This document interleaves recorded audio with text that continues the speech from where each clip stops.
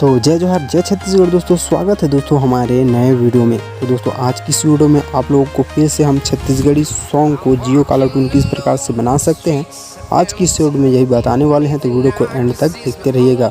तो दोस्तों आज की इस वीडियो में आप लोगों को मोहिनी जो कि छत्तीसगढ़ी सॉन्ग है और इसके गायक हैं पूरा और मोनिका वर्मा, और हमारे छत्तीसगढ़ में इस सॉन्ग को बहुत ही पसंद किया जा रहा है।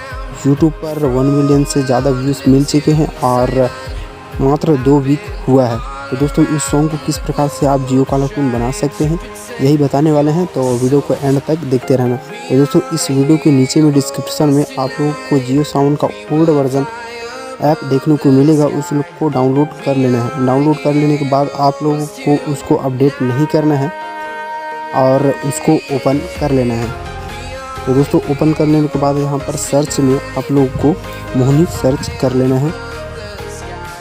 तो दोस्तों मोहिनी सर्च करने के बाद यहाँ पर फर्स्ट में आ चुका है, और फर्स्ट में आ जाने के बाद आप लोग को 3 डॉट पर क्लिक करके सेट एज जियो ट्यून पर क्लिक कर देना है, और क्लिक करते ही आपका जियो कॉलर ट्यून सेट हो जाएगा।